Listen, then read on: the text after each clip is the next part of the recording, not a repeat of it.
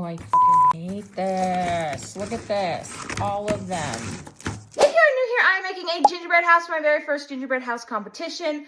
Last time we finished the cardboard mock-up, and now it's time to make and cut the gingerbread. The first thing we need is gingerbread, and I defer that to Mama Sue, who is not only a baking queen, but a fashion icon. Do you know what a fit check is? No. This one came from Macy's back in the 70s. It's one of my favorites. The gingerbread I'm making is called construction grade gingerbread, which means that yes, it's edible, but bakes really, really hard. And that is perfect for laser cutting. Some of you guys wanted to know some of the rules for the competition. Basically, it boils down to everything on the outside has to be edible, and there can be absolutely no plastic anywhere on your display. And before you ask, yes, laser cut gingerbread is edible. It tastes really burnt and a little bit like caramelized sugar. You do not have to ask how I know. Speaking of laser cutting, it kind of became a pain in my rear end because despite my best efforts to try and keep the gingerbread all the same thickness, it never ends up working that way, and I ended up having to adjust my laser head almost every sheet. And we're not even going to talk about the sheets that I messed up. This is the third one of these that I have broken.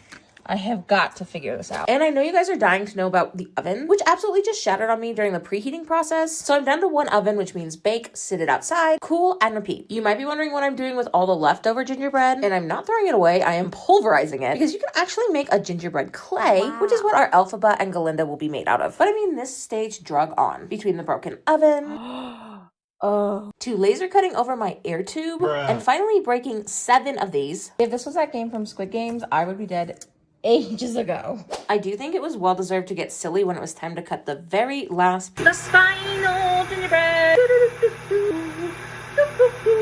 And then alas, all the pieces were cut, and that meant we could move forward. Now, because it took some time to cut all of this, I actually used that downtime to make some molds for the decorative pieces, and also watched a ton of videos on how to work with isomalt. Maybe blow some sugar. So these are all our pieces, so now it's time to decorate and assemble.